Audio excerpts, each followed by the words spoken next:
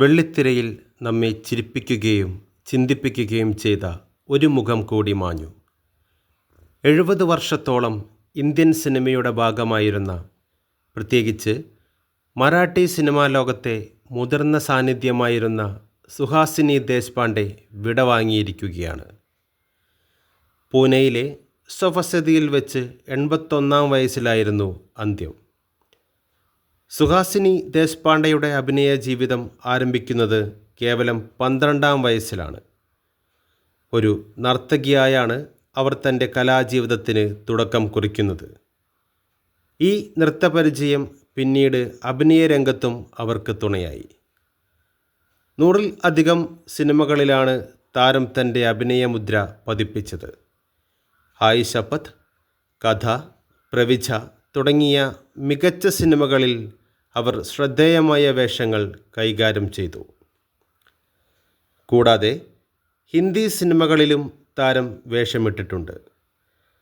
Hindi cinema പ്രേക്ഷകർക്കിടയിൽ Suhasini Deshpande എന്ന പേര് ശ്രദ്ധിക്കപ്പെട്ടത് രോഹിത് ഷെട്ടി സംവിധാനം ചെയ്ത സിംഗം എന്ന സിനിമയിലൂടെയാണ്.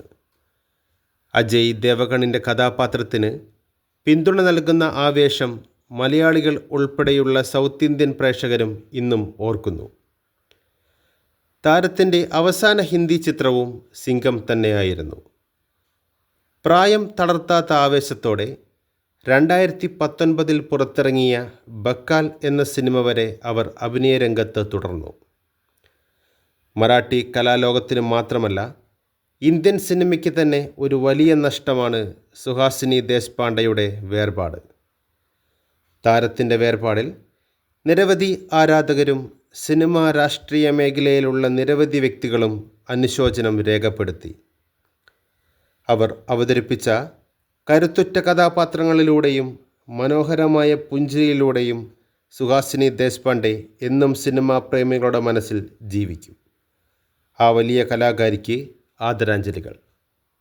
കൂടുതൽ വാർത്തകൾക്കും വിശേഷങ്ങൾക്കുമായി ചാനൽ സബ്സ്ക്രൈബ് ചെയ്യുക. കൂടാതെ ബെല്ലൈക്കൺ അമർത്തുക.